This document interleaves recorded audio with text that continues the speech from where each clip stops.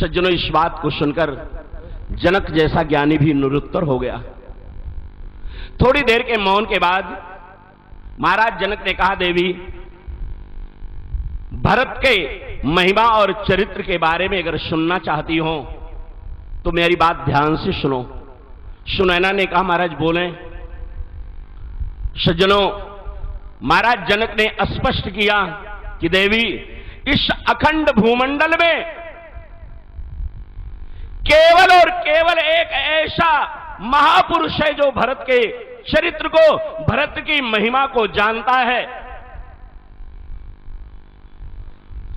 उसके अतिरिक्त भरत की महिमा को कोई जानता नहीं और ना तो वर्णन कर सकता है। मेरी तो क्या विशात है कि मैं भरत की महिमा का वर्णन करूं।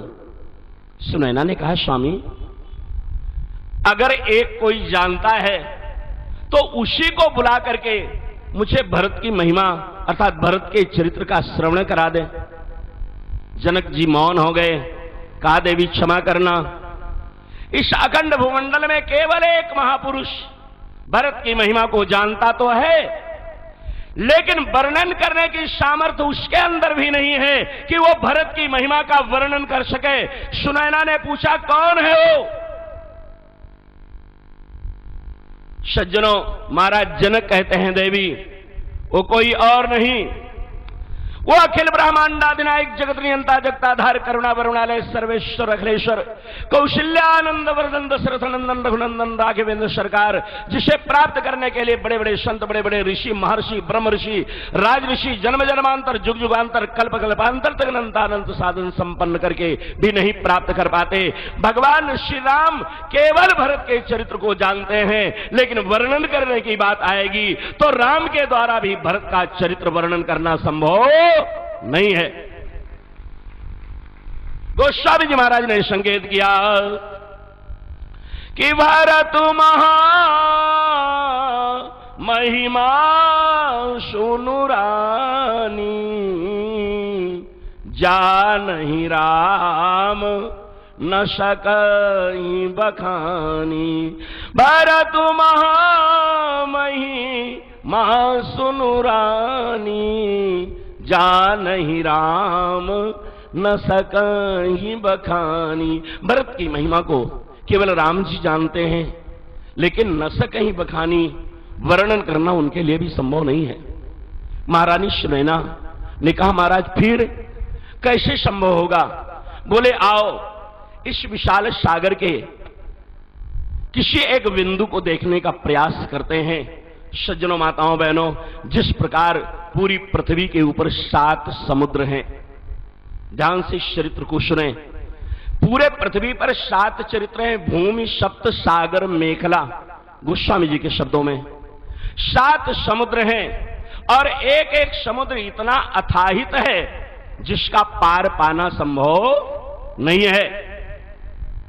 और जब तक इन 7 समुद्रों को पार न कर दिया जाए तब तक उसका था लगना संभव नहीं होगा।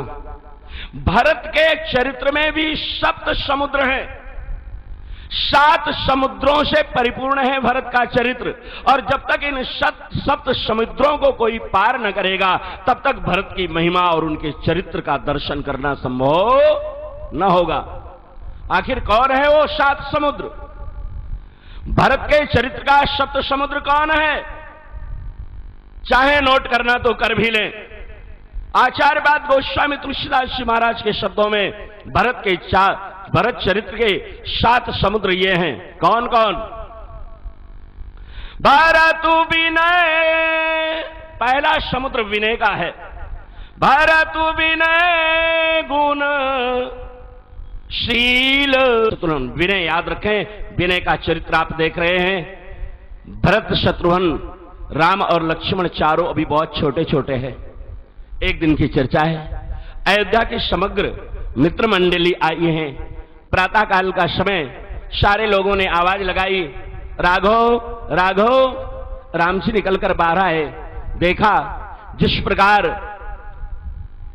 ब्रजमंडल में भगवान श्याम सुंदर के मित्र मनसुख लाल आदि आते हैं और जबरदस्ती कन्हैया को लेकर जाते खेलने के लिए। आज अयोध्या में सारे मित्र वर्ग आए हैं और राम जी से कहते चलो आज खेलना चलना नहीं है क्या। राम जी निकल कर आए, कहते चलो मेरी भी बहुत प्रबल इच्छा है खेलने की। सज्जनों 2-3 मिनट की झांकी देखें विनय के समुद्र को, चल पड़े। गोस्वामी जी महाराज ने ग्रंथावली में इसका वर्णन किया है। चारों के चारों भाई चल पड़े खेलने, मित्र मंडली साथ में है। नारायण पहुंच गए सरजू के किनारे। राम जी के जीवन का खेल सरजू के किनारे प्रारंभ हो रहा है। सरजू, सरजू का अर्थ जानते हो क्या होता है? सरजू, सरजू किसी नदी का नाम नहीं है, गंगा किसी नदी का नाम नहीं है। अरे सरजू साक्षात ब्रह्म का द्रवीभूत स्वरूप है। सरजू में 3 अक्षर हैं, सा, रा और जू। सा माने सीता, रा माने राम और जू माने जी। सरजू माने सीताराम जी। ये सरजू नहीं बल्कि भक्तों के ऊपर कृपा करने के लिए इनका विगलित स्वरूप है, ये द्रवीभूत स्वरूप है। सरजू के किनारे राम जी ने अपना खेल प्रारंभ किया। सज्जनों सारे लोग खड़े हो गए। सभी मित्रों ने पूछा राघव आज आपको क्या खेलने की इच्छा है? राम जी के मुंह से धीरे से निकल गया मुझे कबड्डी खेलने की इच्छा है। बहुत पुराना खेल है अपने देश का ये कबड्डी। सारे मित्रों ने बड़ा स्वागत किया। आज मेरे राम की इच्छा कबड्डी खेलने की है, चलो सारे लोग बंटवारा करो, आधे इधर आधे इधर। राम जी, लक्ष्मण, भरत और शत्रुघ्न चारों भाई खड़े हैं। जब बंटने की बात आई, क्योंकि खेल तभी होगा जब पक्ष और विपक्ष दोनों होगा, विपक्ष के अभाव में खेल संभव नहीं। भरत जी चुपचाप सुन रहे हैं और जैसे आधे आधे बंटने की बात आई खेल प्रारंभ होने के लिए, नारायण कथा बड़ी गंभीर है। जहां राम जी खड़े थे बिना पूछे बिना कुछ किए लक्ष्मण जाकर उनके बगल में खड़े हो गए। जब राम के पक्ष में लक्ष्मण खड़े हो गए तो भरत जी मन में विचार करते हैं मेरे राम की इच्छा है खेलने की, और अगर मैं भी राम के पक्ष में खड़ा हो जाऊंगा तो निश्चित है शत्रुघ्न भी मेरे पक्ष में ही खड़े होंगे और परिणाम होगा फिर राम का विपक्षी कोई ना होगा, और राम का विपक्षी अगर कोई ना होगा तो मेरे ठाकुर जी का खेल बिगड़ जाएगा, उनकी इच्छा पूर्ण ना हो पाएगी। भरत जी की विनम्रता देखिए, कुछ पूछा नहीं, जैसे राम के बगल में लक्ष्मण खड़े हुए नारायण, ठीक राम के ठीक सामने विपक्ष में भरत भैया जाकर खड़े हो गए, और जैसे भरत खड़े हुए बिना पूछे शत्रुघ्न उनके बगल में जाकर के खड़े हो गए। जब राम के विपक्ष में भरत खड़े हुए तो आधे मित्र इधर और आधे भरत की तरफ खड़े हो गए। दोनों टीमें तैयार हो गई, दोनों पक्ष तैयार हो गया। आकाश मंडल में 33 करोड़ देवता विमान लेकर अपनी पत्नियों के साथ राम जी के इस खेल को देखने के लिए स्थिर हो गए कि आज राम और भरत के खेल में जीतेगा कौन। नारायण, बस खेल प्रारंभ हुआ, किसी ने धीरे से भरत के पास जाकर कहा, भरत ये तूने क्या किया, ये तूने क्या किया? अरे सारा संसार राम के पक्ष में रहना चाहता है और तू राम का विपक्षी बन गया। राम का विपक्षी तू कहलाएगा, राम के विपक्षी में क्यों खड़ा हो गया? धन्य है विनय का समुद्र। विनय के समुद्र के आंखों में शुरुआत होने लगा और हाथ जोड़कर भरत ने कहा, भैया तुम सत्य कहते हो, मैं राम के विपक्ष में खड़ा तो हो गया, लेकिन जानते हो क्यों? कहा क्यों? भरत ने कहा कि अगर मैं राम के बगल में जाकर खड़ा होता तो मेरे ठाकुर जी का केवल एक अंग दिखाई पड़ता, और भरत के जीवन का तो एक ही एक लक्ष्य रह गया है। मेरे जीवन का परम चरम लक्ष्य है कि मुझे पक्ष में रहना पड़े या विपक्ष में, लेकिन मेरे ठाकुर जी का स्वरूप निरंतर मेरी आंखों के सामने पड़ा रहे, इसके अलावा मेरा कोई लक्ष्य नहीं। और विपक्ष में रहकर कम से कम संसार भले विपक्षी कहलाए, लेकिन मेरे आंखों के सामने मेरे ठाकुर जी का श्री विग्रह का दर्शन तो होता रहेगा। यह है भरत के विनय का समुद्र। और कहा यही नहीं भैया, तुमने मुझे विपक्षी बनाया है तो ठीक है, लेकिन याद रखो कि अगर विपक्ष नहीं होगा तो मेरे राम का खेल न हो पाएगा। मैंने विपक्ष इसीलिए स्वीकार किया कि मेरे राम जी की लीला, मेरे राम जी का खेल सानंद संपन्न हो जाए, इसलिए मैं विपक्षी भी बनने को तैयार हूं। और राम जी के विपक्ष में भरत खड़े हो गए। सज्जनों, राम के पक्ष में लक्ष्मण और राम के विपक्ष में भरत। जानते हो भरत और लक्ष्मण में कितना अंतर है? भरत और लक्ष्मण में कितना अंतर है जानते हो? दोनों ही भगवान के अनन्य भक्त हैं, भरत भी और लक्ष्मण भी, लेकिन दोनों में थोड़ा अंतर है। भरत राम के अनन्य भक्त हैं, राम के अनन्य भक्त हैं भरत, लेकिन लक्ष्मण जी महाराज भक्त नहीं, लक्ष्मण जी राम के चरणों के पुजारी हैं। पुजारी और भक्त में अंतर होता है। पुजारी कहता है जहां मेरे ठाकुर जी रहेंगे वहां मैं रहूंगा। शब्दों पर ध्यान दें, जहां मेरे ठाकुर जी रहेंगे मैं वहां रहूंगा, क्योंकि ठाकुर जी को उठाना, स्नान कराना, आरती पूजा करना, भोग लगाना, शयन कराना, पुजारी के बिना ठाकुर जी एक क्षण भी रहे नहीं सकते। मैं ठाकुर जी का मैं पुजारी हूं, तो पुजारी और भक्त की व्याख्या यही है। पुजारी कहता है कि जहां भगवान रहेंगे वहां रहूंगा, और भक्त कहता है कि जहां भगवान रहेंगे वहां मैं नहीं रहूंगा। जहां मेरे ठाकुर जी मुझे रखेंगे वहां मैं रहूंगा, यह भक्त कहता है भगवान के सामने। नारायण वनवास के समय लक्ष्मण ने बहुत जिद किया था, बहुत जिद किया था, मेरे लिए क्या आज्ञा है। राम जी ने बहुत समझाया और कथा वो नहीं मुझे करना। अंततोगत्वा लक्ष्मण ने यह कह दिया कि मैं किसी कीमत में भी यहां रहने को तैयार नहीं। राम जी ने कहा, जानते हो माता पिता बूढ़े हैं, भरत और शत्रुघ्न इस समय ननिहाल में हैं, लक्ष्मण तुम्हारी बहुत आवश्यकता है, इसलिए तुम मेरी आज्ञा का पालन करते हुए यहां रह जाओ। लक्ष्मण ने हाथ जोड़कर एक ही निवेदन किया, मेरे स्वामी किस माता पिता की बात आप कर रहे हैं? हम किसी को नहीं जानते। हमारे जीवन का एक परम चरम लक्ष्य है। श्रीमद् वाल्मीकि, माता रामो मत पिता रामचंद्र, स्वामी रामो मत सखा रामचंद्र, सर्वस्व में रामचंद्रो दयालुर, नान्यम जाने नैव जाने न जाने। मैं राम जी के अतिरिक्त और कुछ भी नहीं जानता। और अंततोगत्वा लक्ष्मण ने हाथ जोड़कर कही दिया कि मोरे सबई, अरे एक तुम स्वामी। और यही नहीं कहा, आप माता पिता गुरु की बात करते हैं, अरे गुरु पितु मातु न जानू काऊ। मैं माता पिता गुरु किसी को नहीं जानता। मोरे सबही एक तुम स्वामी, और दीन बंधुर अंतर जामी। आपके अतिरिक्त मैं और कुछ नहीं जानता। आज वही लक्ष्मण भरत के विपक्ष में राम के साथ खड़े हैं, लेकिन भरत ने कहा नहीं, मैं ऐसा नहीं जिद कर सकता, मुझे राम जी जहां रखेंगे वहां मैं रहूंगा।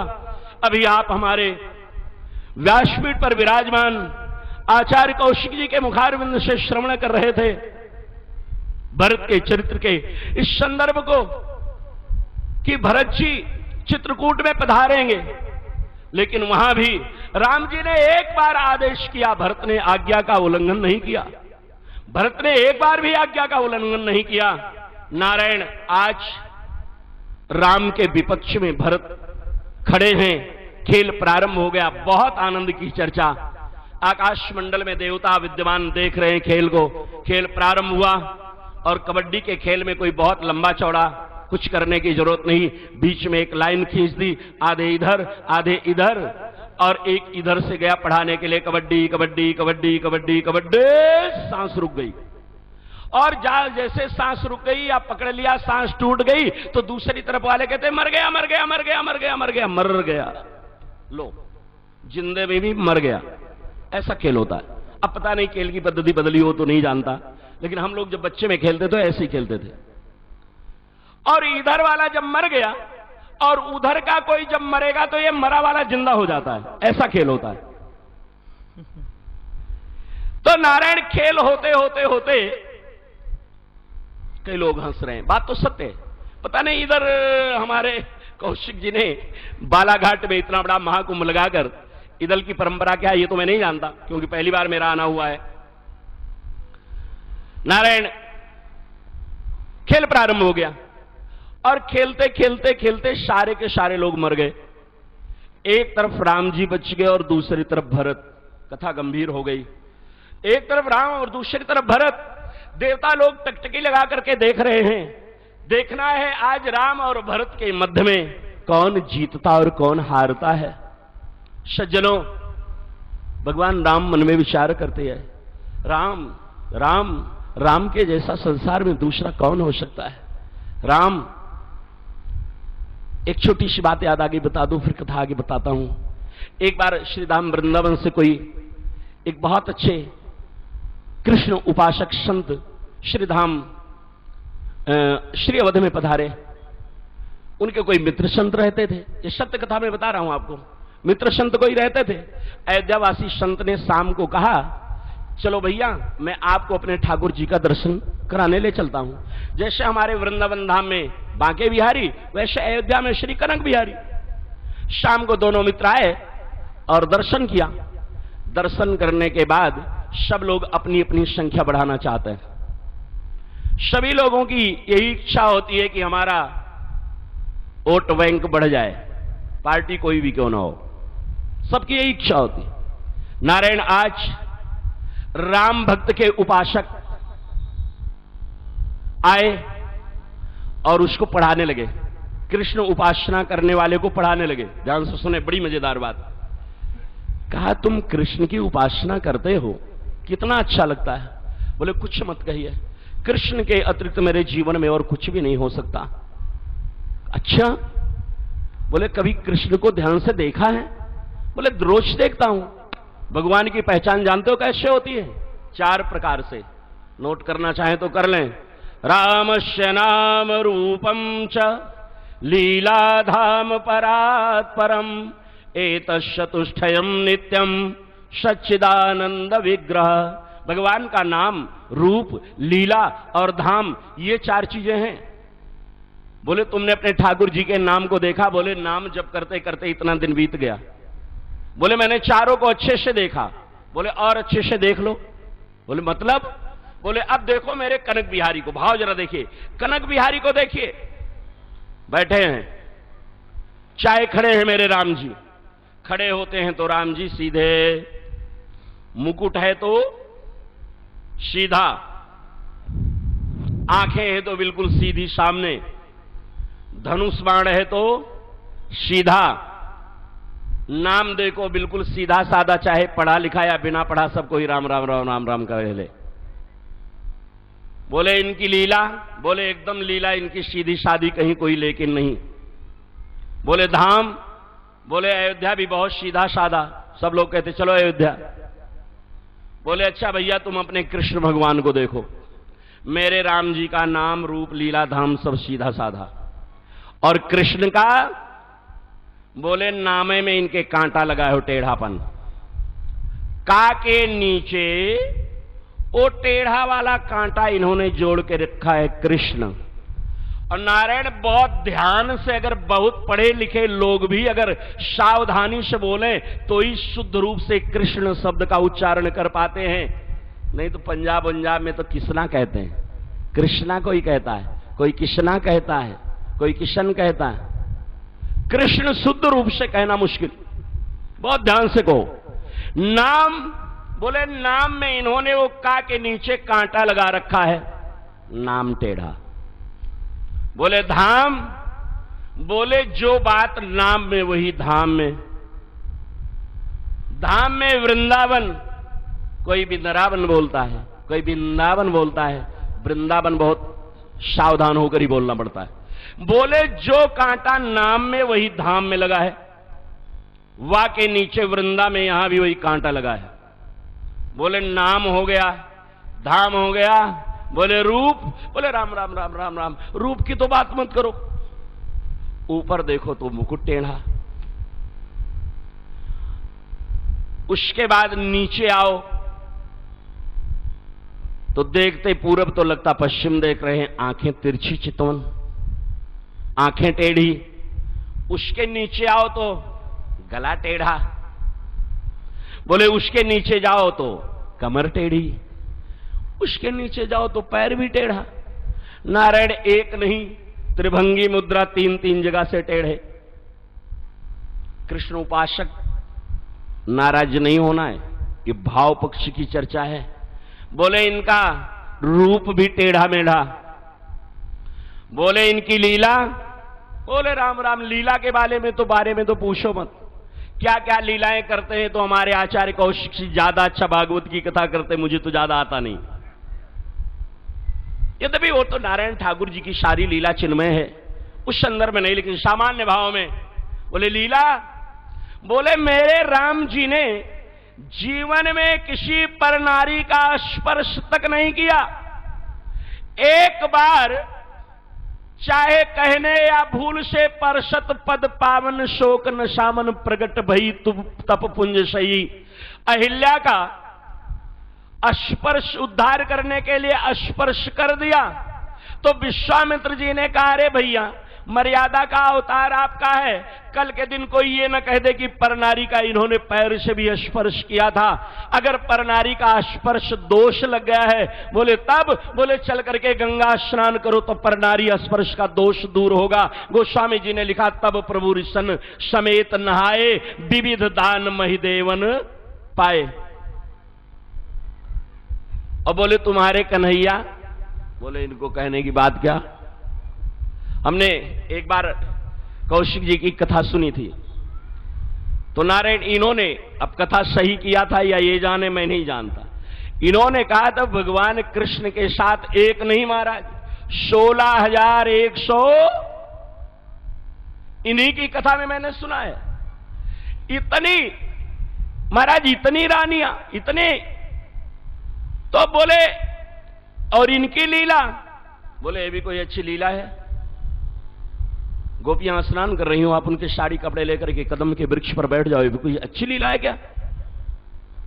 वृंदावन वाले भक्त ने कहा, ओहो इतनी गहराई की बात तो आप तक किसी ने मुझको बताई नहीं। बोले आप क्या समझते हो। बोले बात तो सही कहते हो, इनका नाम रूप लीला धाम सब कुछ टेढ़ा टाढ़ा। बोले तब, बोले अभी जाता हूं वृंदावन और जाकर बिहारी जी के चरणों में कहूंगा, प्रभु अनजान बस आपकी भक्ति करता रहा, आज के बाद तो मैं चला राम भक्ति करने के लिए, अब आप और आपका रूप लीला धाम यही रहे, मैं तो बना अयोध्यावासी ब्रजवासी से। भाव की कथा है, चल पड़ा, आया वृंदावन। संत ने जाकर बिहारी जी के चरणों में लिख करके दे दिया, ठाकुर जी आपका नाम रूप लीला धाम सब कुछ टेढ़ा टाढ़ा, ये मेरे बस का नहीं, मैं तो अयोध्या जाऊंगा, अब राम भक्त बन जाऊंगा ना। राम जी का नाम रूप लीला धाम सब कुछ सीधा साधा है। सज्जनों, सत्य हो या सत्य में नहीं जानता, मैंने संतों के मुख से सुना था बिहारी जी के चरणों में ये चिट्ठी कि आपकी भक्ति से आप इस्तीफा मंजूर करो। और जैसे चरणों में रखकर और निकलकर बाहर चला, जैसे बाहर वाले गेट में आकर देखा एक छोटा सा नन्हा मुन्ना बालक बड़ा मंद मंद मुस्कुराता हुआ बाबा का हाथ पकड़ लिया। बाबा कहां चले।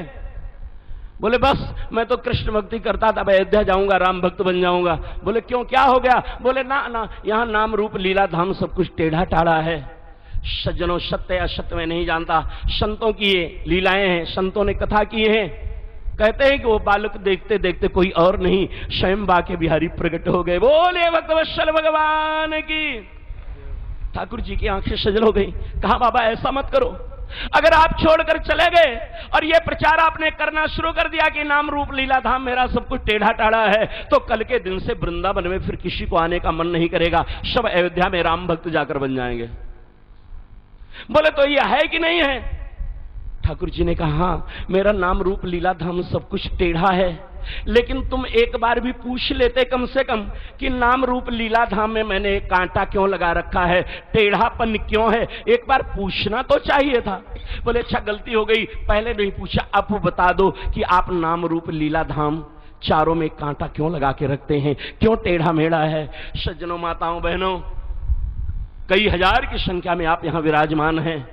ठाकुर जी ने जो कहा सुन करके आंखें भर आती हैं, भावमयी भक्ति गदगद कंठ हो जाता है। ठाकुर जी ने कहा, संत को उपदेश किया, जाओ आज के बाद सारे संसार में कह देना मैं अपने नाम रूप लीला धाम में वो टेढ़ापन क्यों रखता हूं। बोले क्यों? ठाकुर जी ने कहा अच्छा एक बात बताओ, एक कुएं में किसी की बाल्टी गिर जाए तो निकालने के लिए किसकी जरूरत होती है? बोलो बोलो। हाँ ठीक है। हमारे उत्तर प्रदेश सरकार ने तो नारायण ये सब कुआं वुआं बनाना बंद कर दिया, लेकिन धन्य हो मध्य प्रदेश सरकार की रास्ते में आते समय आज भी यहां कुएं का कम से कम दर्शन तो होता है। अब तो वो हैंडपंप हो गया। कुएं में बाल्टी गिर जाए तो उसको निकालने के लिए कांटे की जरूरत होती, कांटे के बिना वो बाल्टी निकल नहीं सकती। संत ने कहा ये कुआं और बाल्टी कांटा कहां से आ गया? ठाकुर जी ने कहा भैया अगर इस समझ में आ गया तो ये भी समझ लो कि नाम रूप लीला धाम चारों में मैंने कांटा क्यों लगा रखा है। बोले क्यों टेढ़ापन है? ठाकुर जी ने कहा इसलिए टेढ़ापन है कि जिस प्रकार बाल्टी कुएं से निकालने के लिए, कूप से निकालने के लिए कांटे की जरूरत है, कांटे के सहारे बाल्टी ऊपर आ सकती है, इसी प्रकार इस संसार रूपी भवकूप में पड़े हुए जीव मेरे नाम रूप लीला धाम चारों में किसी एक को पकड़ लेंगे तो उसी कांटे के सहारे निकाल कर मैं अपना गोलोक धाम दे दूंगा उनको। इसलिए संसार से निकालने का काम मेरा नाम रूप लीला धाम चारों में कोई भी करता है। सज्जनों, संत को समझ में आया, ठाकुर जी के चरणों में प्रणाम किया। ये मैंने आपको इसलिए सुनाया कि भगवान का स्वभाव सीधा साधा। राम जी और भरत दोनों खेल रहे हैं आपस में। राम जी मन में विचार करते हैं कि मैं तो सीधा साधा, मैं तो बड़ा हूं ही, विचार देखें कथा का, मैं तो बड़ा हूं ही, भरत मुझसे छोटा है ना। अगर मैं जीत गया तो लोग यही कहेंगे राम जीत गया, लेकिन मैं अगर आज भरत से हार जाता हूं तो भी संसार के लोग यही कहेंगे कि भरत के बड़े भाई राम भरत से जीत गए। मैं जीतूंगा तो भी बड़ा हो जाऊंगा और हारूंगा तो भी मैं बड़ा का बड़ा ही रहूंगा, छोटा नहीं। और मेरा भरत तो हारने के बाद और छोटा हो जाएगा। इसलिए लोगों ने कहा जाओ राम जी आपका नंबर है, जाओ पढ़ाओ पढ़ाओ, पढ़ाने जाओ कबड्डी में। और राम जी गए, नारायण भरत की स्वरूप को देखा। गोस्वामी जी ने तो एक पंक्ति में लिख दिया है, भरत और राम ये देखने में एक जैसे हैं, तत्व की दृष्टि से भले जैसे हो, लेकिन रूपता दोनों में कोई अंतर। भरत राम ही अरे की अनुहारी और सहसा लखी न सकहि नर। एकाएक देखने के बाद कोई नहीं बता सकता कि ये राम है अथवा भरत हैं। सज्जनों, माताओं, बहनों, आज श्री भरतलाल जी के सामने पढ़ाते हुए जाते हैं।